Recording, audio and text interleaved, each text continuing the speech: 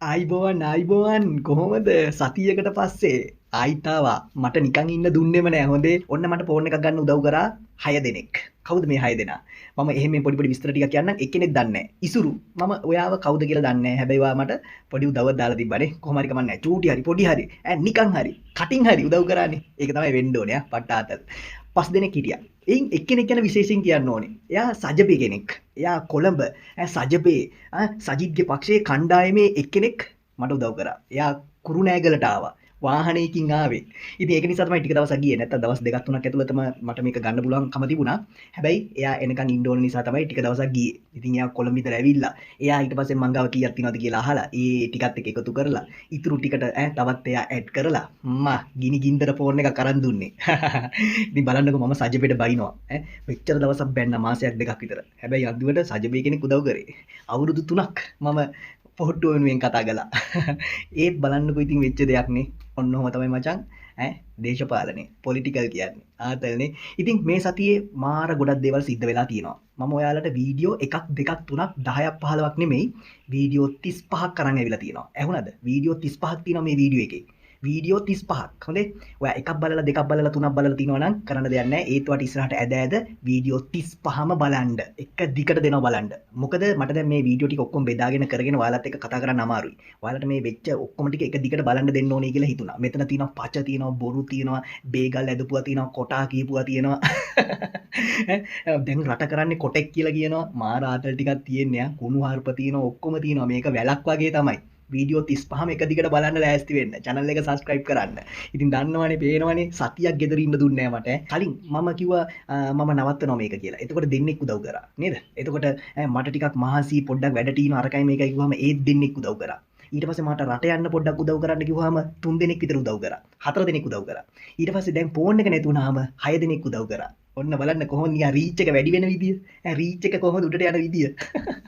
දැන් ඊළඟ පාර මොකක් හරි ප්‍රශ්නයක් කියලා ආයි මොකක් හරි කියලා නැවතුවොත් එහෙම 10 දෙනෙක්වත් උදව් කරයි පේනවා දැන් බලේ කොහොමද බලේ හරි එන ඒ සතුටත් එක්ක ඔන්න නියම ෆෝන් එක කරන් තිනවා ඉතින් මම උදව් කරපු සමහර අයට මම ෆොටෝස් ගහලා යවුවා ෆෝන් එකේ මම මෙන්න මේ ෆෝන් එක ගත්තේ කියලා ඉතින් ඒගොල්ලන්ට සතුටු වුණා සමහර අයට ඉතින් කියන්න ඕනේ UMP එකේම 4 දෙනෙක් තමයි උදව් කරේ එක්කෙනෙක් ගැන දන්නේ නැහැ අනිත් එක්කෙනා සජිබේ කොළඹ කණ්ඩායමේ එක්කෙනෙක් මට විස්තර කියන්න අමාරුයි හැබැයි මම එයාව අනිවාර්යෙන් 2029 පාර්ලිමේන්තුවට යවලා තමයි පස්ස බලන්නේ මොකද එයාගේ වීඩියෝස් අනාගතේ ඉස්සරහට මේ channel එකේ ගහනවා මොකද එයා මට උදව් කරේ අනිවාර්යෙන් channel එක කරන්න ඕනේ අපිට බයින්න මල්ලි කමක් නැහැ කියලා කිව්වා එයා මාව වාහනේ දාගෙන එක්කගෙන ගියා යා සන්තෝෂයි සතුටුයි බොහොම ස්තුතියි එහෙනම් වැඩ ටික පටන් ගමුද එහෙනම් වැඩ ටික පටන් ගමු වීඩියෝ 35ක් තියෙනවා එක දිගට බලන්න මම එහෙම අස්සෙන් ඇවිල්ලා පොඩි හොටයක් දාලා යන්න වීඩියෝ ටික එක දිගට බලන්න පොඩි හොටක් දාන්නම් අවුලක් නැහැනේ ආතල්නේ එහෙනම් බලමුද ලෑස්තියමු යා channel එක subscribe කරන්න bell icon click කරන්න notification දාගන්න ඒ වගේම channel එක ඉදිරියට යන්න ඔයාලට උදව් කරන්න පුළුවන් මේ පැත්තේ විස්තර ටික තියෙනවා ඔයාලගේ දේශපාලන අනාගතය හදාගන්න වීඩියෝස් අප්ලෝඩ් කරගන්නත් මගේ channel එකේ වට අවස්ථාවක් තියෙනවා ඒකටත් විස්තර තියෙනවා මේවා බලන්න මේ පැත්ත බලලා කරලා හැමදේම එකතු කරලා ගේමයක් ගහන්න දේශපාලනය කියන්නේ ටිකක් මොලේ තියෙන්න ඕනේ නැත්තම් දිනන්න බෑ මතක තියාගන්න හරි එහෙනම් අපි යා වීඩියෝ 35ට මම එහෙම හොට දාන්නම් අපි කතා බලමු එක දිගට යා ලංකාවේ ජනතාව කුඹුරු වල කුරුල් වේලවන්න පුළුවන් මිනිස්සු නායකයෙක් බවට පත් කරගෙන ශ්‍රේෂ්ඨ නායකයන් දිහා බල බල කිඹුල් කඳුළු දෙනවා. රටේ ඡන්දයක් තියෙන වෙලාවට දැනගන්න ඕනේ. රටට ගැළපෙන නායකයෙක් පත් කරගන්න. එහෙම නැත්නම් මේ කුරුල් වේලවන්න පුළුවන් මිනිස්සු නායකයෙක් බවට පත් කරගෙන ඉන්දියාවේ නායකයා දිහා බල බල උල්ලන්න දෙයක් නැහැ. මං කැමතිම සජිබේ මන්ත්‍රීවරයෙක් කන්නි ජාති ජාති වෙන ගහන එක්කාල කන්නි අපරාධය කරපු මට ඉස්සරහින් ඉන්න JVP ත්‍රස්තවාදී මේ රටේ විශාලතම අධ්‍යාපන ප්‍රතිසංස්කරණයට මෙහෙයුවා මිනිස්සු මරලා ළමයිව පාරට ඇදලා මේ රටේ සමස්ත විනාශයම ආරම්භ කරපු දවස මීට අවුරුදු 44කට කලින් අද රැව් පිළිගව දෙනා මෙතන ඩාන්ස් දාන ගමන් අවුරුදු 44කට කලින් මේ රටට කරන්න පුළුවන් බරපතලම විනාශය අවියෙන් මතවාදයේ සම්පූර්ණයෙන්ම ලෝකෙත් එක්ක එකතු වෙන තිබිච්ච ඉංග්‍රීසි අධ්‍යාපනයේ මත පදනම්ව මේ රටේ අධ්‍යාපනයේ ගේන්න තිබිච්ච ඒ ඓතිහාසික වැඩමුළුව කඩා කප්පල් කරපු කාලකන්ණි ජාති ජාති වෙන ගහන ඒ කාලකන්ණි අපරාධය කරපු අද අපිට අවිල තියෙනවා අධ්‍යාපන ප්‍රතිසංස්කරණ වල වටිනාකම් පිළිබඳව ඒක තමයි මෙතන තියෙන ලස්සනම කතාව ඓතිහාසික දිනයක් අද අවුරුදු 44ක් JVP කියන්නේ පට්ටම පට්ට කාලකන්ණි. මේ ආණ්ඩුව කල්පනා කරන්න වෙන එකක් නෙමෙයි. ඔය එකක්වත් නෙමෙයි වැදගත් වෙන්නේ. මොකද ඔවුන්ගේ වැඩපිළිවෙල තියෙන්නේ මේ රටේ සියලුම Tamanට තරංගයක් දෙන්න පුළුවන් නායකයෝ දේශපාලන නායකයෝ. කිසියම් කාරණයකට දඩයම් කිරීමේ ක්‍රියාවලියක් මේ යන්නේ. දැන් සමහරලාට ඔක් කියපු ගමන් කියනවා කට්ටිය ඇයි බයද? ඇයි බයද? මොකක් හරි ප්‍රශ්නයක්ද? ඔය බය වෙලා තමයි කතා කරන්නේ. නෑ. ඕන නඩුවක් ගේන්න. ඕන අපරාධයකට අපිව අල්ලගන්න. හැබැයි ස්වාධීන අධිකරණයකින් අපිට ඉඩ දෙන්න අපේ කාරණේ විසඳ ගන්න. මොකද හේතුව ආණ්ඩුව කියන දේවල් සාධාරණ වෙන්නේ. අද පොලිසිය ගිහිල්ලා බලවෙන් පස්සේ උසාවියට ගිහිල්ලා ඉදිරිපත් කරන මේ දේශපාලන නඩු කිසිදු කරුණක් නෑ ඔප්පු කරගන්න. දැන් ඊයේ අර ශාන්ත බණ්ඩාර මහත්මයාගේ එයාගේ පුතාව ඉදිරිපත් කරා. ඒකේ එක දවසක එක කතාවක් කියනවා අධිකරණයට ඇවිල්ලා පොලිසියෙන්. තව දවසක තවත් එකක් කියනවා. ඒ දවසක කියනවා මෙතන සිනමන් ලේක් එක ගාව හිටියයි කියලා මීටර 50ක් යා පැත්තෙන්. අනිත් දවසේ ඇවිල්ලා කියනවා නෑ නෑ හිටියේ මේ සිනමන් ලයිෆ් එක ගාව. එහෙනම් මේ විදිහට ඇවිල්ලා කිව්වම විනිශ්චයකාරතුමාලට මොකද වෙන්නේ? මේවා තනි කර ගැට ගහලා ගොනු කරන නඩුපාඩු දැන් පත් වෙලා තියෙනවා. ඒ නිසා අපි විශේෂයෙන් ඉල්ලන්නේ වෙන එකක් නෙමෙයි. මේකට විරුද්ධව අපිට ගන්න පුළුවන් උපරිම ක්‍රියාමාර්ග අපි ගන්නවා. හේතු වෙන හේතුවක් ඉඳන් නෙමෙයි. හොරු අල්ලන වැඩේ කරන්න. අපි ජනාධිපතිතුමා ඉල්ලනවා කරුණා කරලා මේ රටේ හොරු අල්ලන ව්‍යාපාරේ ක්‍රියාත්මක කරන්න කිසි ගැටලුවක් නැහැ. ඒකට පාවිච්චි කරන්න හදන්න එපා අධිකරණයේ තියෙන ස්වාධීනත්වය. හරියට නඩු ටික ගොනු කරන්න විනිශ්චයකාරතුමාලට ස්වාධීනව තීන්දුව ගන්න ඉඩ දෙන්න. මොකද හේතුව අද වෙනකොට විනිශ්චයකාරතුමාලාගෙන් ප්‍රශ්න කරනවා මේවට අප දුන්නේ කොහොමද? මේවා කොහොමද මෙතන ඉක්මනින් මේවා නඩු ඇව්වේ? සමහර අපිට තියෙන ආරංචි අනුව කියනවා හරි මම පල්ලෙහෙන් වරදකාරයා නොකරත් මම උඩින් වරදකාරයා කරනවා. එහෙම කියලා කියනවා ඇමතිවරු. හරි අපි ඒක බලා ගන්න. උඩින් අපි ඒක කරගන්න. ඒකට මෙහෙම බලපෑමක් කරන්න පුළුවන් ද අධිකරණයට? මෙන්න මේක අපිට තියෙන ප්‍රශ්න. ඇත්ත කතාව ඕකුන් ඔක්කොම බලන්නේ කටවල් වහන්න. දැන් මම තාම රට යනවද කියලා අහනවනේ. මගේ තාම පොලිස් වාර්තාව නැහැ හොඳේ. ඇහුවාම කියනවා CID එකේ ප්‍රශ්නේ තියෙන්නේ කියලා හිර වෙලා. ඔව් මම දන්නවනේ ඔයගොල්ලෝ දන්නවනේ මම උසාවි දැම්මයි කියලා.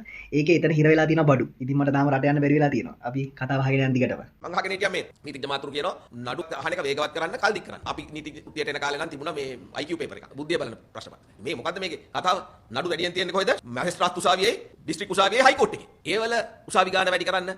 ඒවල නඩුකාරයන් ගාන වැඩි කරන්න, ඒවල කාඩර් එක වැඩි කරලා නඩුකාරයෝ වැඩි කරන්න, අනිකුත් සම්පත් ටික දෙන්න. සමහර උසාවි වලට ගියාම ස්ටෙනෝග්‍රැෆර්ස්ලා නැති ඉඳන් නඩු කල් යනවා. ඒ වගේ ප්‍රශ්න තියෙනවා. ඉතින් ඒ ටික කරන්නේ නැතුව දැන් කියනවා ශ්‍රේෂ්ඨාධිකරණයේ සහ අභියාචනාධිකරණයේ විනිශ්චයකාරවරුන්ගේ සේවය දිගුවක් ලබා දුන්නම ප්‍රශ්න විසඳෙනවා. දැනටම 8 දෙනෙක් පත් කරන්න තියෙනවා. අගෝස්තු මාසයේ තවත් කෙනෙක් පෙන්ෂන් යනවා. ඒතර මේක මාස දෙකක් ඇතුළත සම්මත කරනවා කියලා මම දැක්ක අපේ නලින්ද ජයතිස්ස මහත්තයා. එතුමා තමයි දැන් ඉන්ටර්ප්‍රිටේෂන් දෙන්නේ. ශ්‍රේෂ්ඨාධිකරණයේ වැඩ දැන් කරන්න පටන් ගන්න තින්නේ එතුමා. ඉතින් ඒකින්ද කරුණාකරලා ඇහුම්කන් දෙන්න. ජන මතයට ඇහුම්කන් දෙන්න පුරුදු වෙන්න. උද්දච්ච වෙන්න එපා. කරුණාකරලා ඔබට ලබා දීලා තියෙන ආණ්ඩු ක්‍රම ව්‍යවස්ථා ප්‍රතිපාදන පාවිච්චි කරලා මේ රටේ අධිකරණයේ ස්වාධීනත්වය, විනිශ්චයකාරවරුන්ගේ ගෞරවය රැකලා ඒ අයට ස්වාධීනව මේ නඩු කටයුතු වලට තීන්දුව දීලා කඩිනමින් ඒ කටයුතු කරන්න අවස්ථාව ආරක්ෂා කර දෙන්න කියන එක තමයි අපිට ඉල්ලන්නේ. ඔය පච කියන්න එපා මහත්තයෝ. සුදනෙක් කරන්න හදන්න එපා. අපි තා හොඳින් දන්නවා ඒ අය දේශපාලනය කරන හැටි. ආණ්ඩුව කවදාවත් පොලිසිය කෙනෙක් කතා කරලා නැහැ. മന്ത്രിවරයෙක් කැමතිවරයෙක් ඒ කියන්නේ OIC කෙනෙකුට කතා කරලා නැහැ. මොන බොරුද ඔය? ඔබ හොඳටම දන්නවා ඔය පච කියන්න එපා මහත්තයෝ.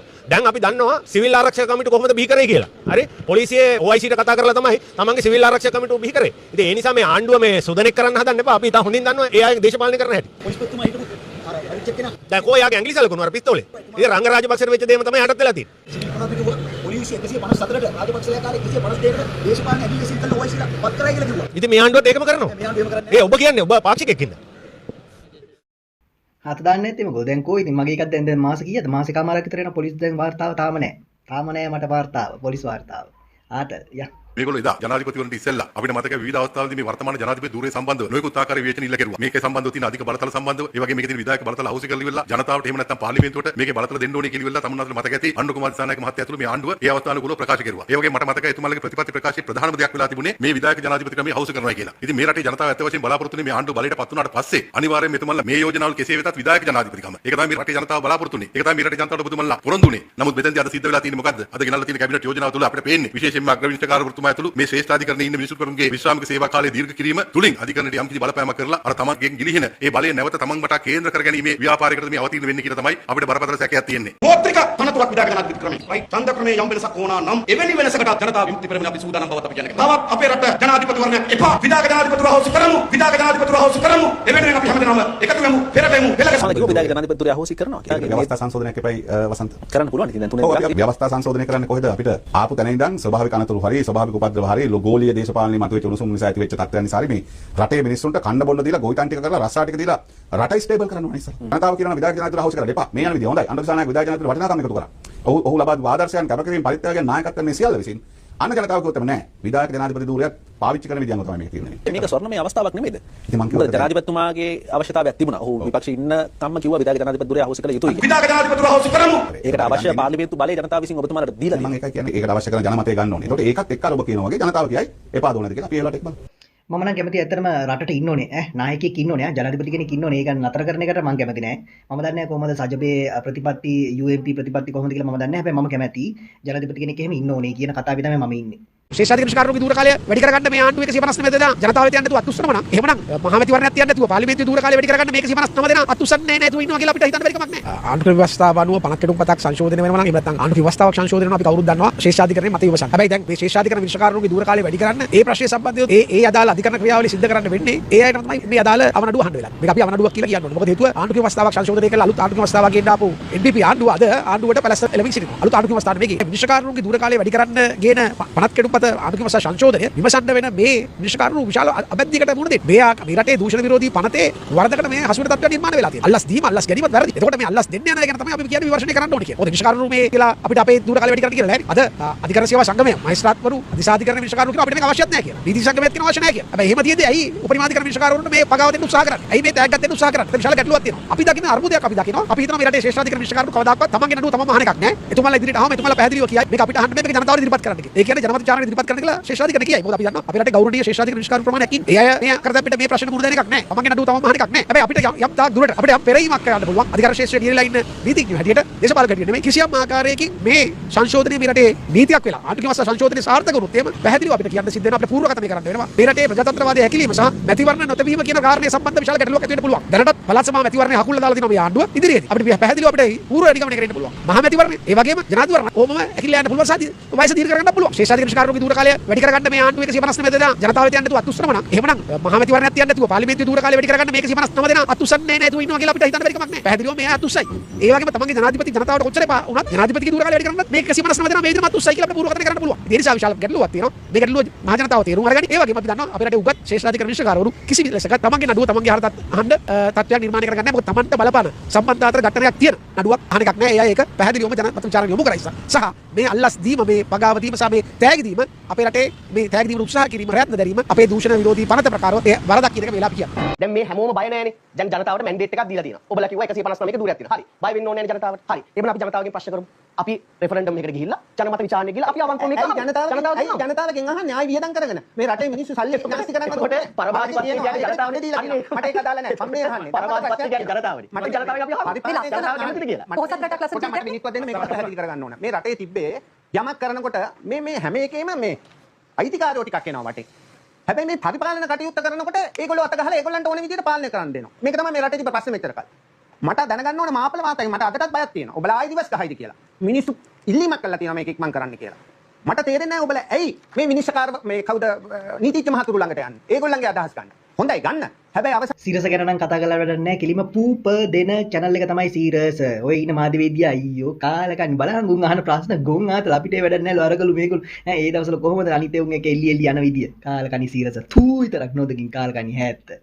120 මදි 160ක්වත් දෙන්න උන අඩු ගානේ. විච්චර මේ අසාධාරණ නේද රජයෙන් කරන්නේ. නාමල් කර්ණරත්නලා බස් ගෙනල්ලා මේ ගමේ ඉන්න දුප්පත් ජනතාව රවට්ටලා කොළඹට එක්කන් යනවා. අරව දෙනවා මේව දෙනවා කියලා අඹුඩ ගස්සනවා. ගෝවියෝ උදැල්ල කරේ තියන වරෙල්ලා කියනවා. එයාලා දැන් ඒ කිසි දෙයක් බලන්නේ. එයාලා හොඳ මාලිගාවල් හදාගෙන සැප සම්පත් විඳ විඳ ගෝවියෝ අත්අසරණ වෙලා ඉන්නවා. වරෙල්ලා කො මේ දාපාර ඡන්දය ඉල්ලන්න මන්න බෝලත්ෙන් ගහනවා. එන හැම එකටම ගහන එක ගහනවා. එන වරෙල්ලා කො වෙලාකාන්ත අරන ඔක ඉන්නුන හිරේ.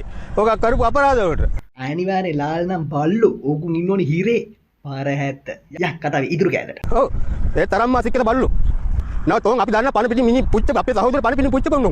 ඔව් බෙලි කපල ගැටවල වල ගහපියුම්. එහෙම උන් දාන්නේ ඡන්ද දින්න නොදන්න උන් දුන්නා 18 කොල්ල දාන කෙල්ල දුන්නා ඡන්දේ උන්ගේ නොදන්න කමට. ඔව් ඒ දැන් ඒ පාට දානවා අපිට. ඔව් ඒ පාට උන් අපිටත් දානවා දැන්.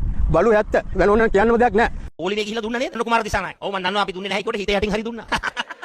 හරි නැත්ත කතාව මොකද්ද? මෙතන අපි කියමු දුන්නේ නැහැ කියලා මෙතන ඉන්න අය. ඒකට දසලක්ෂ සංඛ්‍යාත ගොවි ජනතාව දුන්නනේ. ඔබ විශ්වාස කරන්න 5000 පෝරමිටිය එපයි කියලා අනුර කුමාර දිසානායකව දිනවලා අද මේ රටේ දසලක්ෂ සංඛ්‍යාත ගොවි ජනතාව ඉල්ලම් කරනවා. දැන් ගොවියටත් දෙවියා කිව්වා රජතුමා කිව්වා ඔබට තියෙන ආදරේට නෙවෙයි ජනාධිපති පුටුවට තියෙන ආදරේ. රාජ්‍ය බලයට තියෙන ආදරේ. එහෙම කියලා ඔබට කියනවා කසිපුකාරයා කියලා. අපි රජයට කියන්න කැමතියි. ඔබ මේ රටේ ගොවි ජනතාවට අපහාස කරන්නට අනිවාර්යෙන්ම මේ රජයේ අවසානය තීන්දුව කරන්නට ගොවි ජනතාව නායකත්වයට ලබා දෙනවා කියන එක නිසකයි කියන එක අපි විශ්වාස කරනවා.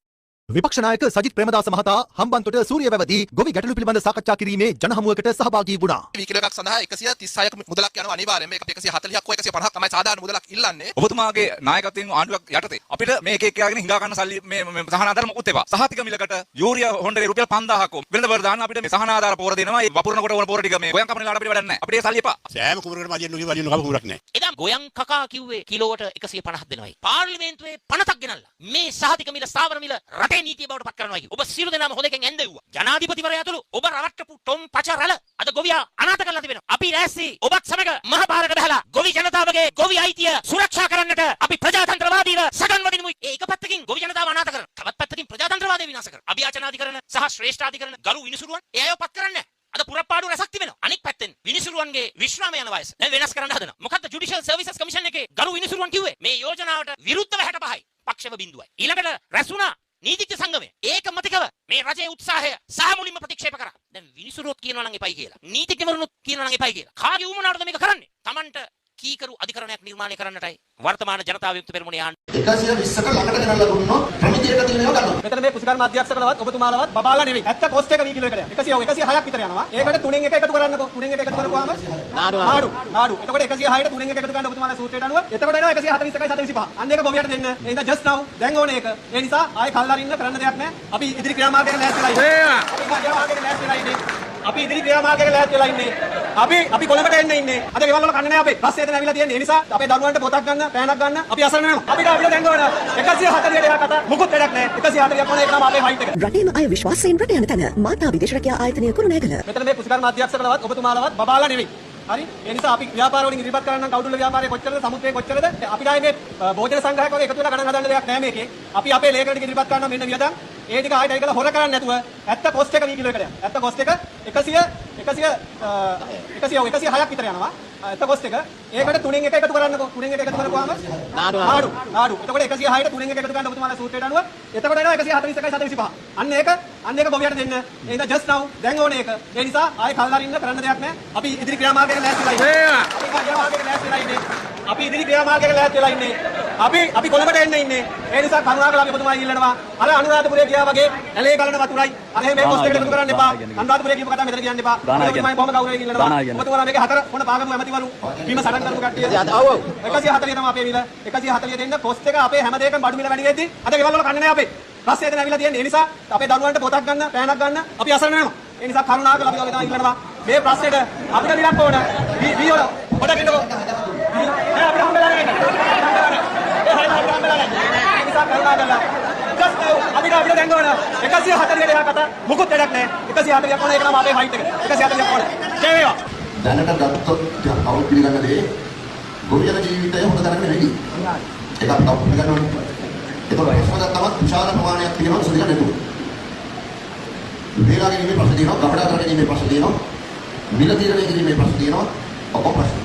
බලන්න එකක්වත් තාම සෙල්ලම් නැහැ. ඒක තමයි. අර මේ විදර්ම අඳුර ඉදිරිපත් කරන්න උත්සාහ කරේ ඒ වාට යම් උත්තර. නමුත් දැන් මෙතන තියෙනවා ශරීර ප්‍රශ්න. මේ මොහොතේ ප්‍රශ්නයක් තියෙනවා. අර කතාවත් හරියට කවුරුහරි මාධ්‍යයක් කිව්වනේ කියලා දැන් අර පිළිවෙලට කරගෙන යන ප්‍රශ්නයක් යනවා. ඒක කරන්නේ කොහොමද? ඒක කරන්නේ කොහොමද? හැබැයි ඒවා මේ ඉදිරියට කරනකොට එහෙම කිව්වේ නේ. ඒක ඉදිරියට කරනකොට නමුත් දැන් මෙතන බෙල්ල ළඟටම ඉවරක් එකක් තියෙනවා. ඒ කියන්නේ වී මිල. දැන් මෙතුමා කියන්නේ අරියගේ මොනියෝ මෙන්නලා කතා කරා. ඒගොල්ලෝ අපිත් එක්ක දුන්නාම 120කට ළඟට ගෙනල්ලා දුන්නොත් ප්‍රමිතියට තියෙන ඒවා ගන්නවා. අර ඒක නෙමෙයි වෙලා තියෙන්නේ. මේ ගන්න දවුන් තියනවා කියලා මට නිලධාරි කිව්වා. අනේ බරු කියලා තියෙන්නේ. නිලධාරි බරු කියන්නේ. ඒ කොල්ල නියමයි නිර්භීතයි හොඳයි ආ. ලාල් කියන මෝල් කාන්තත් එක්ක කතා කරපු විදිය වට. ලාල් කාන්ත කියලා කිව්වට අපි කියන්නේ ලාල් කාන්ත කියලා. යා මෝල් කාන්ත නැත්තම් මෝඩ කාන්ත කියලා තමයි අපි කියන්නේ. මුන්ට එදා ගොවියා ගාවට ඇවිල්ලා මඩ නාගෙන තනකොළ කාගෙන ගොවියා රවට්ටලා ඡන්ද අරගෙන අද මුන් සියලු දේ අමතක කරලා ජීවත් වෙනවා. එම නිසා මෝල් කාන්ත දැනගන්න මේ රජරට ජනතාව උඹලගේ 89 වෙඩි උණ්ඩට මුණ දුන්නා. උඹලා තියපු ගෙවල් වල ගිනි තියපු ගෙවල් වල තියපු දරුවා තමයි අපි. අපේ ගොවියන් දේවා ගිනි තිබ්බා. ගොවියන් වණ්ඩල ගිනි තිබ්බා. එහෙම තිබ්බ කාල කන්නේ මේ ජනතාව විමුක්ති පෙරමුණේ ආණ්ඩුවේ ඇමතිවරුන්ට ගොවියා ගැන කනුකම්පාවක් නැහැ. එදා ඔබේ ඡන්ද ගන්න විතරයි මේ කාල කන්නින්ට මේකේ අමාරුව තිබේ. අද මේ ඡන්ද අරගෙන මේ මිනිස්සු හොද්දර දාපු කරමින්ජා වගේ අයින් කරලා දෙනවා. උඹලට බැරි බව අපි දැන් තේරුම් ගන්න ඉවරයි. උඹලට දුන්නේ එක දැන් මිනිස්සු කනගාටු වෙනවා මේ බලේ දුන්නේ එක. උඹලා වගේ හරක් જાතියක් මේ මං හිතන්නේ මේ ලක් දෙරෙන මේ හිටියා කියලා මේ වගේ පාළුව ටිකක් පාලන බලය කරන්න බැරි නම් එළියට බැල ඵලයක්. සුරංගන ලෝකයක් නැවුවා. 120ට අපි ගිය ගන්නේ මේකේ නාඩු අමුයෙන් වඩවද්දි ඉන්න කුසිකර්ම ඇමතුමාගේ 120 මොන මිලද? 157 තමයි මිල කියලා. අද ඒ වුණාට 157 නෙමෙයි 87ක් වත් නැහැ මිල. මැතියමතුරු කුසිකර්ම මාත්‍ය ලාල් කාන්තත් දැන් ගොවියෝ දිස්ත්‍රික්කවල ගිහිල්ලා එකතු කරමින් වෙනත් මාධ්‍ය වලට පව ඇතුල් වෙන්න නොදී ගොවියන්ගේ මොළ හොදනවා පටහලනවා. ඒ නිසා ආණ්ඩුව අපි කියනවා ලාල් කාන්තට කකුලුවා නටන්නේ වතුර රත් වෙනකම්.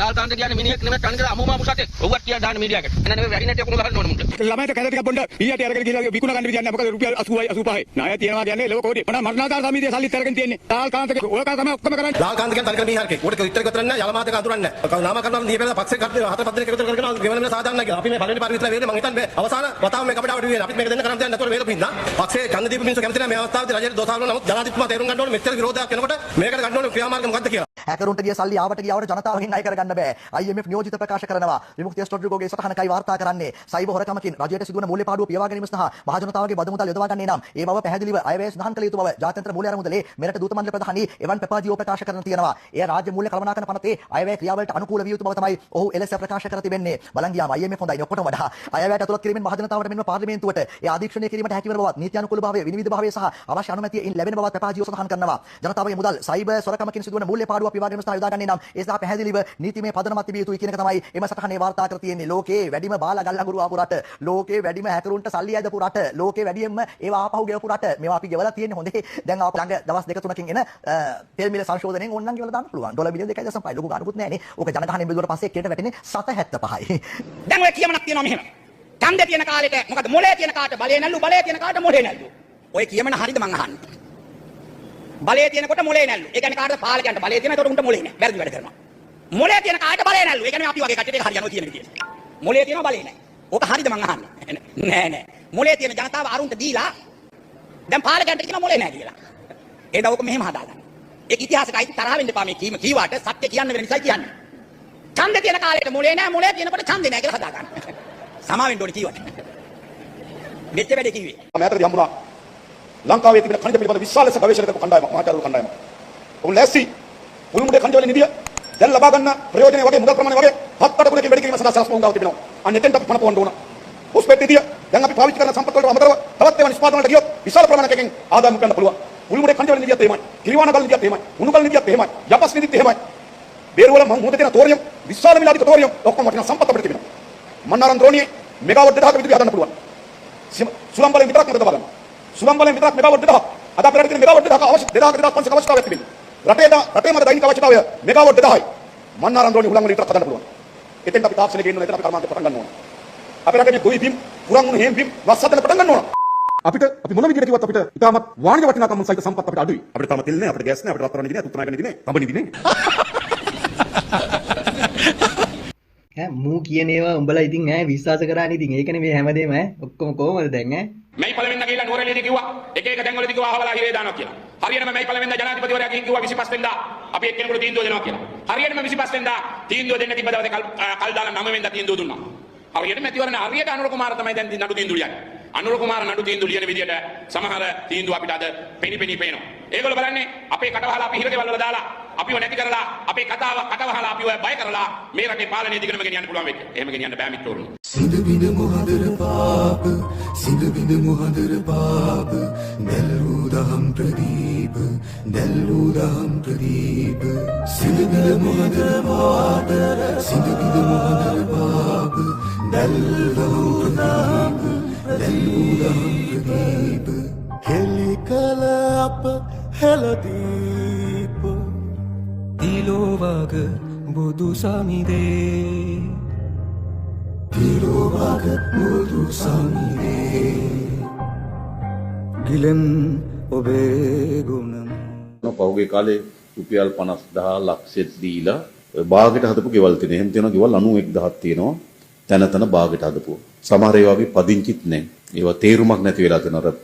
2015-19 කාලේ වැඩිපුර මේ නම් මචං පැහැදිලි ඉරිසියාව මුන් මේ කුහකකෙන් පෙරේත අවජාතක හැත්තනේ මුන් ඉරිසියයි තොපියකෝ හැම එකම බාගෙට හරි ගෙවල් හැදුවද ගියහන්කෝ දෙන්නම් කිව්වා ටකරමක් ගියත් සල්ලි දෙන්නම් කිව්වා ලංස 10ක් කිව්වනේ මම දෙන්නෙත් නෑ ඔකුන් කියලා දැන් මුන් අර හදපු ගෙවල් වලට බාගෙට හදලා ඒවට හරි මුන් අනම්මනම් කියන එක තමයි මේ කලකණි කරන්නේ පෙරේත හැත්ත රුපියල් 50,000 ලක්ෂ දීලා බාගෙට හදලා ඒව අවසන් කර ගැනීම පිළිබඳ සැලසුමකුත් නෑ. ඒකට අපි කිව්වා ඒකේ අවසන් කරන්න පුළුවන් මට්ටමට ඇවිල්ලා නිවාසයක් අවශ්‍යයි තේරුවොත් ඒගොල්ලන්ට අපි යම් මූල්‍ය ප්‍රතිපාදන දීලා ඒක අපි ඉවර කරන්න ඕනේ. තැන තියෙනවා නේද? පහුගිය කාලේ හදපු ඔය 15-19 කාලේ අර අමුතු ජාතිය නම් දාගෙන ගම් හැදුවා අන්නේ කාලේ. හරි. ඒතර විශාල ලෙස තියෙනවා මෙහෙම තැනින් තැන. ඒතර ඒක අපි ඉවර කරන්න සැලසුම් කරා. ඊට පස්සේ දික්පවලින් හානියටපත් වෙච්ච මොන විහිළුවක්ද සහෝදරයා? මිනිස්සුන්ව ගොනාට අන්දන එකේ සීමාවක් තියෙනවා. මොන විහිළුවක්ද තමයි අහන්න තියෙන්නේ දැන් උඹලගේ මූණටම දැන් උඹලා කියන කතාව තමයි උඹලා කන්නඩියක් ඉස්සරහට ගිහිල්ලා කියා ගනින් ඕක. ඒක තමයි හරියන්නේ. මොන විහිළුවක්ද සහෝදරයා කියලා. හොඳට උඹලටම වදින කතාව තමයි මේක. මොන විහිළුවක්ද සහෝදරයා? මිනිස්සුන්ව ගොනාට අන්දන එකේ සීමාවක් තියෙනවා. මිනිස්සු ඇන්දන එකේ සීමාවක් තියෙනවා. මම හිතනවා මේ රටේ ඇත්තටම බුද්ධිමත් මිනිස්සු විනා දෙයක් තේරුම් ගන්න පුළුවන් ඇත්ත ඇතිසැටියෙන් දකින්න පුළුවන් මිනිස්සු විනා මේ රටේ මිනිස්සු නැහැ ඔය වගේ සුමංගනා කතාවලට රැවටෙන. කෑම මිල ඉහළ ගියත් පඩි වැඩි වෙලා නැහැ. ලංකාවට ජූනි ජනවාරි ස්වාගත අවධානමක් ප්‍රශ්නාර්ථ සටහනක් ලක්ෂ 15කට මානුෂීය ආධාර දෙන්න වෙන ලකුණු ඇමරිකානු සංවිධානයක් අනතුරු අංගවමින් ප්‍රකාශ කර තිබෙනවා. ලක්ෂ 15ක පිරිසකට මානුෂීය ආධාර දෙන්න වෙන ලකුණු ඇමරිකා සංවිධානයේ අවධානය තමයි අනතුරු අංගවීම තමයි මේ වාර්තාවත් සටහන් කර තිබෙන්නේ. ඉක්ු ජූනි මාසයේ සිට එළඹෙන වසරේ ජනවාරි මාසය දක්වා කාලයේදී මෙරට ලක්ෂ 10ත් 15ත් අතර ජනතාව ප්‍රමාණයක් පෝෂදායී ආහාර වේලක් ලබා ගැනීම සහ මානුෂීය ආධාර අවශ්‍ය වනු ඇතැයි USAID සංවිධානයේ ආධාර මත පිහිටුවා ඇති ස්වාගත පිළිබඳ පූර්ව අනතුරු අංගවීමේ පද්ධති ජාලය පුරෝකථනය කරමින් එලෙස ප්‍රකාශ කර තිබෙනවායි කියලායි වාර්තා කරන්නේ. බඩට කන්න නැතත් පඩි නැතත් ට්‍රිලියනයක් ඉතුරු කරානේ. ඒ මදේ හොරා කන්න දුන්නේ නැහනේ. ඒ මදේ දෙවුන්දර පෙරහැරේ කාවඩි නටන දුන්නනේ. මහින්ද FCID ගෙනාවනේ. රනිල් හිරේ දැම්මනේ. රනිල් නාමල් බ්‍රයිබරි එකට ගෙනාවනේ. යෝෂිත CID එකට ගෙනාවනේ. ඔය මදේ ඇයිති මොනවා වුණත් අනේ පින් අයිති වෙයි. පින් සිද්ධ වෙයි. තිබුණු රට තිබුණු විදියටම තියලා යන්න පුළුවන් නම් පින් අයිති වෙයි. ආහාර පාන වල මිල වැඩි. හැබැයි අපිට හම්බ වෙන ගාන සොච්චම එහෙමම තමයි යා. ඒව වැඩි වෙලා නැහැ. පොලිස් බැසිලා. හැබැයි අද වෙනකොට රටටම බොරු කියලා බයින වලින් රටම ඇඬුවේ අනුර කුමාර. ඇරියොත් කියන්නේ රාජපක්ෂ රනිල් හොරු බේරවත් සුද්ධ කරගන්න බැරි ගොබ්බියෝ ටිකක් තමයි ඇවිල්ලා ඉන්නේ. රට හදන්න යන්නේ. බස් 100ක් ගෙනල්ලා රාජපක්ෂලා හිරේ දාලා මෙන්න තාත්තේ. ලෝටි මාකට් එකේ තාත්තේ සුක්කිරක් කාලා ගන්න ආණ්ඩුව. ටොපිලට පුළුවන් ඉතින් හිල් වෙච්ච ජංගියක් යනගෙන බොරු කිය මිනිස්සුන්ට වෛර පතුරන් විතරයි රටක් හදේ පකක් හදේ. අයිබෝන්. අද ලංකාවේ මිනිස්සුන්ට ඉගෙන ගන්න වචනයක් හම්බුනේ. ඒක තමයි නෙමෝ යුදෙක්ස් ඉන් සුවා කවුසා කියලා. ඒ ලැටින් වලින් කියන්නේ ඒ කියන්නේ Tamanට ප්‍රතිලාභයක් තියෙන නඩුවක් කාටවත් අහන්න බෑ කියන එක. මේක ගෙනාවේ GL පීරිසා රනිල් වික්‍රමසිංහ මහත්තයා. මේක උසාවියට බා ඇසෝසියේෂන් එකෙන් මේ පනත සම්මත කරලා ගේන්න හැදුවොත් ගේන්න යන ෆන්ඩමෙන්ටල් රයිට් පෙටිෂන් එක. එතකොට එහෙම වුණොත් මේ ආණ්ඩුවට වෙනවා ජනමත විචාරණයකට යන්න. මට කියන්න තියෙන්නේ අනුර කුමාර දිසානායක ජනාධිපතිතුමා ටිල්වින්ගේ බලය නැති කරන්න ගහපු මැච් එකක් මේක. ඒකට හොඳම උදාහරණය තමයි NPP එක නියෝජනය කරන නීතිඥවරයෙක් ඇවිල්ලා කිව්වා NPP විධායක සභාවටවත් මේ කට්ටිය මේක දැනුම් දීලත් නැහැ. ඒ කට්ටියකින් ඒක ගැන අහලත් නැහැ කියලා. පැහැදිලිනේ? දැන් දේශපාලනයේ 159ත් ආණ්ඩුවට නැති වෙන්න යන්නේ. ඒක කරන්නේ කවුද? අනුර කුමාර දිසානායක ජනාධිපතිතුමා ඒක ලස්සනට කරන්න යන්නේ. මොකද අනුර කුමාර දිසානායකට මේ වෙලාවේ ටිල්වින් පාලනය කරගන්න විදියක් නැහැ. ටිල්වින් කියනවා අපි යමු කමියුනිස්ට් වාදයට අපිට අල්ලන්න තියෙන එකයි. ඒක ඇල්ලුවට පස්සේ මේ මුළු රටම අපිට ගෙනියන්න පුළුවන් වන් පාටි සිස්ටම් එකට කියන එකට. අනුර කුමාර දිසානායක දන්නවා මේක කරන්න ගියොත් එimhe NPP එක දෙකට කැඩෙන බව. එතකොට මේ වෙලාවේ කෙලවන්න ඕනේ ටිල්වින්ට. අනුර කුමාර ටිල්වින්ට කෙලවන්න මේක ලස්සනට පත්තු කරලා තියෙනවා. දැන් මොකද වෙන්නේ? ටිල්වින්ට ගහන්න NPP එක ඇතුළේ කට්ටිය ලෑස්ති, බා ඇසෝසියේෂන් එකත් ලෑස්ති, මුළු රටම ලෑස්ති. දැන් අනුර කුමාරට කරන්න තියෙන්නේ මේ පාපිසි ටික අයින් කරලා දාන්න. එයාගේ දේශපාලනය බේර ගන්න ඕනේ නම් රටෙන් දුවන්න නැතුව ඉන්න ඕනේ නම් මේකත් මෙයා ආණ්ඩුව විසිරවන්න ඕනේ. මෙයා මේක විසිරවන්න යන්නේ කොහොමද? මෙයා කියනවා රයිට්. අපිට මේක කරන්න බැරි නම් අපි ජනමත විචාරණයකට යන්න කියලා. ජනමත විචාරණයකට ගියොත් එහෙම අනුර කුමාරට බලා ගන්න පුළුවන් ඇත්තටම 175ක් ඡන්දෙ දෙන්න ලෑස්තිද කියලා. එකක් මතක තියාගන්න ඔය ඡන්දෙට යන්න ලෑස්ති කට්ටිය. මේ කට්ටිය ඇඟිලි පාට කරන එක නවත්තන්න කිව්වා. ඒකට ඉඩ දෙන්න එපා. මේ ජනමත විචාරණයේදී ඇඟිලි පාට කරන්න කියන්නේ නැත්තම් මේ කට්ටිය ඡන්දය මංකොල්ල කණ්ඩත් පුළුවන්. එහෙමට මිනිස්සු මොනවා වුණත් අනුර කුමාර දිසානායක නම් නියම පොලිටිෂියන් කෙනෙක්. අනුර කුමාර දිසානායක දන්නවා ටිල්වින් ඉන්නකම් අනුර කුමාර දිසානායක ගොඩ යamak නැහැ. මොකද ටිල්වින් කියන පදේට අනුර කුමාර නටන්න ලෑස්තිත් නැහැ. මේක මතක තියාගන්න ටිල්වින් උන්නේ නැහැ. මේක උපුල්වන් දෙවියන්ගෙන් ආරක්ෂා වෙන රටක්. මේක බෞද්ධයන්ගේ රටක්. ඒ නිසා ඔයාට ඔය සෙල්ලම් දාලා ඔයාට ඔය කමියුනිස්ට් වාදය මේ රටේ පිහිටවන්න බෑ. මම නැවතත් කියනවා ඔකටිට කරන්න තියෙන එක දෙයයි ලැජ්ජාවෙන් බේරෙන්න ඕනේ නම් ඉස්සරහට එන නඩුකාරුන් වහන්සේලාගේ කාලය දීර්ඝ කරන්න. නිකම් බොරුවට කියන්න එපා. රනිල් වික්‍රමසිංහගේ නඩුව බේරන්න මේ කට්ටිය මේ පාරට බහලා තින්නේ. රාජපක්ෂලාගේ නඩුව බේරන්න මේක පාරට බහලා තින්නේ. ඊට වැඩි දේවල් ඔකට්ටිය පොරොන්දු වුණා. ඔකට්ටිය කිව්වා මේ මුළු ව්‍යවස්ථාව වෙනස් කරනවා කියලා. අනේ අනුර කුමාර දිසානායක ඇතුළු කණ්ඩායම බලට කරන්න පුළුවන් මගුලක් නැහැ. දැන් පැහැදිලිනේ ලෝයර්ස් ලොක්කොම එක තැනක ඔකට්ටිය එක තැනක. ඔකට්ටිය ඔය බිල් එක පාර්ලිමේන්තුවට ගෙනාවු ගමන් මේ කට්ටිය ෆන්ඩමෙන්ටල් රයිට් පෙටිෂන් එකක් දානවා. දාපු ගමන් කට්ටිය ජනමත විචාරණයකට යන්න වෙනවා. ඕකේ වාසිය ගන්න අනුර කුමාර දිසානායක මොකද ඒක පෙරදිච්ච ගමන් ඔය පාපිසි ටික සේරම අයින් කරලා අලුත් පාර්ලිමේන්තුවක් ගේන්න පුළුවන්. ඒතකොට රනිල් වික්‍රමසිංහ මහත්තයාට පාර්ලිමේන්තුවට එන්න ඉඩකුත් තියෙනවා අගමැති වෙන්න පුළුවන්. මම දන්නේ රනිල් වික්‍රමසිංහ මහත්තයාද සජිත්ද නාමල්ද කවුද අගමැති වෙන්නේ කියලා මම දන්නේ නැහැ. හැබැයි ඉඩකඩ තියෙනවා. මොනවා වුණත් මේ ආණ්ඩුවේ අන්තිම ඇනේ තමයි මිනි පෙට්ටියට ගහ ගන්න ලෑස්ති වෙන්නේ. එහෙනම් මේක ගෙනාවොත් මේ කියන්නේ අනුර කුමාර දිසානායක ටිල්වින්ට කෙලවන්න මිසක් 159ට කෙලවන්න මිසක් වෙන දෙයකට නෙවෙයි. මොකද NPP එකත් දැන් කෑලි වලට කැඩෙනවා මේ ප්‍රශ්නේ නිසා. එතකොට අර ගොඩ්ෆාදර් මැච් එක ගන්න ලේසි. ඒකින්ද කට්ටිය සිහිබුද්ධියෙන් ඉන්න අනුර කුමාර දිසානායක නන්දන ගුණතිලකට කෙලෙව්වා, විමල් වීරවංශට කෙලෙව්වා, සෝම වංශට කෙලෙව්වා, රාජපක්ෂට කෙලෙව්වා, මෛත්‍රීපාලට කෙලෙව්වා, රනිල් වික්‍රමසිංහට කෙලෙව්වා. දැන් අන්තිමට කෙලවන්නේ ටිල්වින්ටයි 159. එහෙනම් ජය වේවා. මෙන්න ඇත්ත කියලා යන රත්නසිරි ආයිමත් ඇවිල්ලා. බලන්නකො මේ කතාව අයියෝ වැඩක් නැහැ නේද? මොකද්ද මේ කරන්නේ? ඈ ගිය මනුස්සයට ඉන්න දෙන්නේ නැතුව ආයිත් ඇවිල්ලානේ. දැන් වයස අවුලක් නැද්ද දන්නේ නැහැ නේ.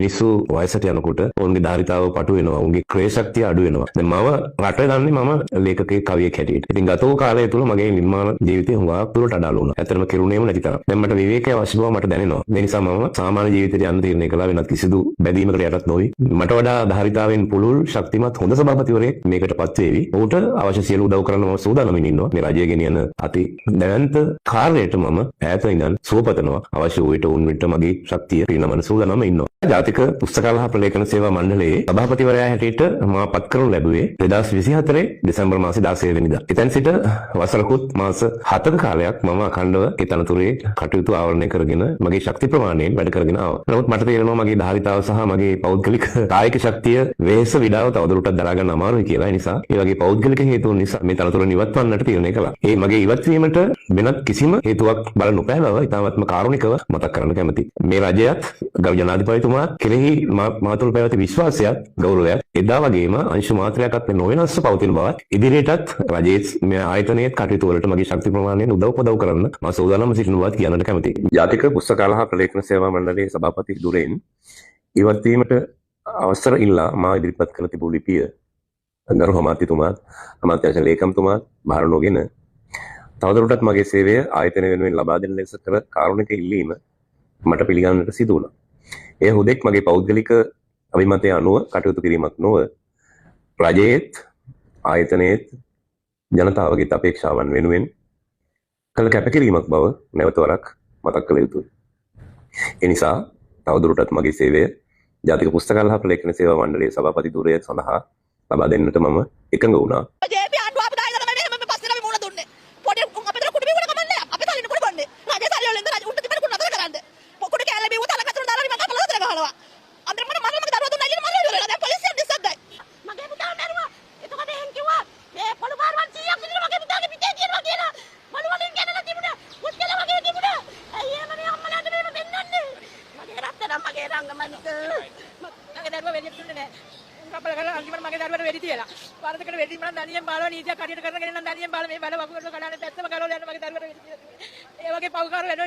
රජ මිනිස්සු කරලා තිබ්බේ. මගේ පුතා මම බලන්න හැමදාම යනවා. ඒකට මම ණය වෙලා නම් මම අනුන්ගේ බලන් ඕනන්නේ. මාව ජීවත් වෙන්නේ මගේ දරුවා.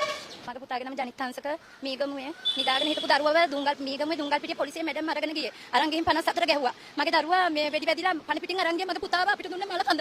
එතකොට මගේ දරුවගේ මරණයට කවුද වග කියන්නේ? මට මගේ පුතාව මතක් වෙද්දී පපුව පිච්චෙනවා. මට දරා ගන්න බෑ මගේ දරුවා මට ඕන මගේ දරුවට වෙච්ච සාධාරණ අපිට ඉෂ්ට කරන්න ඕනේ. දුංගල් පිටියේ පොලිසිය මැඩම් ඕකේ මුළු පොලිසියම අයින් කරන්න ඕන. මගේ දරුවට මේ තමයි ඉදිරියට කිසිම දරුවෙකුට මේ වගේ අපරාධයක් නොවෙන්න. මගේ පණ පිටින් අරන් ගිය පුතාව මට පණ පිටින් ඕන. මගේ පුතාගේ මල කඳ මට දුන්නේ. මේවට කවුද වග කියන්නේ? මේවට කවුද වග කියන්නේ? ඒ අතරේම සුපිරි කමෙන්ට් එකක් ලියනවා අපේ හැමතිස්සම. මේක ට්‍රයි එකක් දෙන්නේ hina නොවි කියන්නේ. ට්‍රයි එකක් විතරයි වැරදුනාට සමා වෙන්න. මේ තමයි අමතුමාගේ තැටිය. ප්‍රශ්නාර්ථ සටහනක්. මේ දක්වන්නේ සුනිල් කුමාර ගමගේ නමින් ඇති සමාජ මාධ්‍ය ගිණුමක පළමු පෝස්ටුවක් ලෙසින්. ඊයේ මෙරට සමාජ මාධ්‍ය වල සංසරණය වුණා. ඒ දැන් ක්‍රියාත්මක පොදු රාජ්‍ය මණ්ඩල ක්‍රීඩා උල්ලේ ශ්‍රී ලංකාවේ පළමු පදක්කම දිනා දුන් කවපෙත්ත විසිකිරීමේ ඉසව්වට සහභාගී වූ පැරා ක්‍රීඩක පාරිත බණ්ඩාර සුපතමින් රටේ ක්‍රීඩා අමාත්‍යවරයා විසින් ලැබූ සටහනක් ලෙසින් දක්වන මෙහි එම ක්‍රීඩකයන් නියෝජනය කළ ක්‍රීඩාව තැටිය විසිකිරීම ලෙසින් සඳහන් වීමය.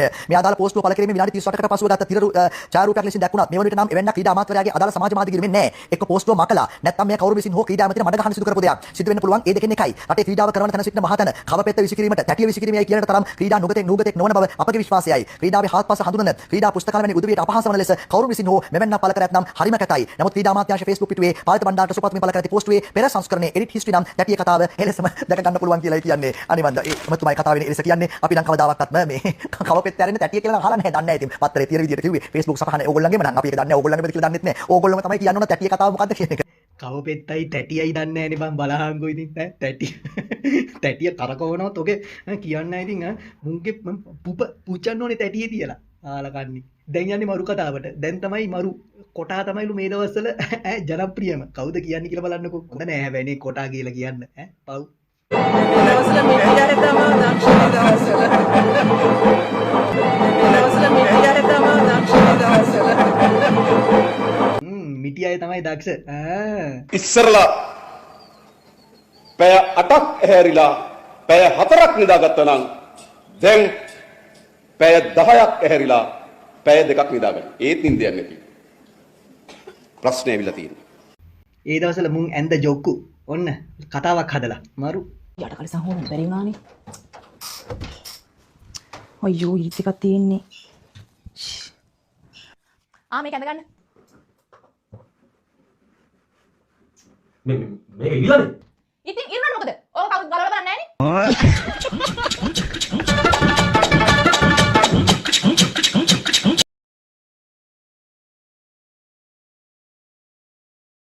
අපි බණ කතාවකුත් අහලා වැඩසටහනේ පන්තිම වීඩියෝ එක බලමු. බුදු බණ ඇසුවා නිරන්තරේ අපි තවමත් වනන්තරේ අපි පන්සල් යනවා මල් පූජා කරනවා සිල් ගන්නවා හැබැයි රටේ ජනගහනය 120ක් විතර ඉන්නවා ඒ වගේ සිල්වත් අය. නමුත් සමාජය ගත්තාම අති බහුතරයක් ඔච්චර බණ ඇහුවත් ඒගොල්ලන් වෙන පැත්තකට තමයි ගිහිල්ලා තිබෙන්නේ. මේක ඉතින් මේ නව තාක්ෂණික ලෝකේ නව පරපුර වෙනස් ලෝකයකට වෙනස් පැත්තකට තමයි ඉඳගෙන යන්නේ. IT ඩිජිටල් AI මේ ඔක්කොම ඇතුලේ බුදුදහම අපේ සංස්කෘතිය ඉතිහාසය අපේ සભ્યත්වයේ සාරධර්ම ඔක්කොම මේකේ තියෙනවා. හැබැයි අපේ දරුවෝ ඔය අතේ තියෙන ෆෝන් එක ගත්තාම ලැප්ටොප් එකක් ගත්තාම ඒ පැත්තට ඇඟිල්ල දික් කරන්නේ නැහැ. මේ ඇඟිල්ල ගන්න නැහැ. මේ ඇඟිල්ල තියන්නේ වෙනත් ඒවට තමයි. කියලා වෙන ඒවා තමයි බලන්නේ. මේ රටේ තිබෙන තනතුරු වලින් වැඩියෙන්ම බැනුම් අහන්න තියෙන තනතුර තමයි ජනාධිපති තනතුර. මේ ඒත් අපි හොඳට hina වෙලා මිනිස්සුත් එක්ක කතා බහ කරලා ඉන්නවා. ඉතින් ඒක කවුරු ජනාධිපති වුණත් ඒ විදිහට තමයි. මොකද 2 කෝටි 30 ලක්ෂයක් විතර දැන් පැනලා වෙනවා. ඒක නිසා ඉතින් එක එක්කෙනාගේ එක එක මදහස් විද්‍යුතුන් ඉන්නවා. නොයික් මට්ටමේ අධ්‍යාපන මට්ටම් වල ඉන්නවා. බොහෝ වෙලාවට මේ තිබෙන ප්‍රශ්න තුල අපි තේරුම් ගන්නට ඕනේ දැන් බුදුන් වහන්සේ තමයි වැඩියම නින්දා අපහාස වෙන්නේ. ඒකට උන්වහන්සේට තමයි ගල් පෙරළුවේ. මේක තමයි අපිට රටට වෙලා තියෙන්නේ. මොකද හිතෙන්නේ දැන් ඈ සතියේ ඔක්කොම වීඩියෝ ටික ඔයගලන්ට දුන්න බලන්න.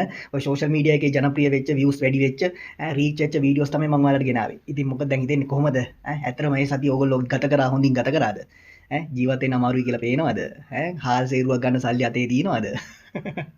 මට නම් දැන් ඉස්සරහට අවුලක් වෙන්නේ නැහැ හොඳේ. දැන් ආයි මේ වීඩියෝස් දාගෙන channel 6ක් තියෙනවා. ඔය channel 6 ආයි මොනටයිස් කරගෙන එනකොට වීඩියෝස් වලට views යනකොට මට උදව් කරන කණ්ඩායමත් වැඩි වෙනවා.